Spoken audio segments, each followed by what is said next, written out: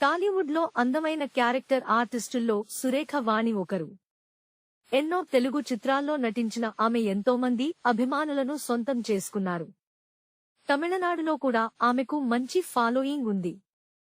కానీ గత కొంతకాలంగా ఆమెకు సినీ అవకాశాలు తగ్గిపోయాయి. అప్పుడప్పుడు మాత్రమే ఆమెకు అవకాశాలు వస్తున్నాయి. మరోవైపు ఆమె కూతురు సుప్రీత హీరోయిన్గా ఇండస్ట్రీలో అడుగుపెట్టింది. సుప్రీత హీరోయిన్గా నటించిన అమరావతికి ఆహ్వానం సినిమా ఈ నెల 13న ప్రేక్షకుల ముందుకు వస్తోంది.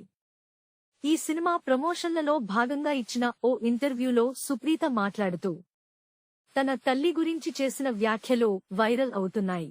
తన తల్లి సురేఖకు మళ్లీ పెళ్లి చేయాలనే ఆలోచన తనకు ఉందని సుప్రీత తెలిపింది. ఇదే విషయాన్ని ఇటీవల అమ్మతో చెప్పానని, కాని ఆమె మాత్రం తన తండ్రి జ్ఞాపకాలతోనే జీవించాలనుకుంటోందని చెప్పింది. తన తండ్రి స్థానంలోకి మరెవరినీ రానివ్వాలనుకోవడం లేదని తెలిపింది. అయితే తాను పెళ్లి చేసుకునే లోపల తన తల్లికి మంచి జీవిత భాగస్వామి దొరికితే బాగుంటుందనే ఆశాభావం వ్యక్తం చేశారు. అమ్మ మరో పెళ్లి చేసుకోవడానికి తమ కుటుంబ సభ్యులు కూడా ఒప్పుకున్నారని తెలిపారు. ఒకప్పుడు ఎంతో బిజీగా ఉన్న తన తల్లికి ఇప్పుడు అవకాశాలు తగ్గిపోయాయని, ఆమె సినిమాల్లో నటించి ఏడాదిన్నర దాటిపోయిందని చెప్పింది. సినిమాల్లో నటించాలనే ఆసక్తి ఉన్నప్పటికీ అవకాశాలు రావడం లేదని అమ్మ ఫీల్ అవుతోందని తెలిపింది.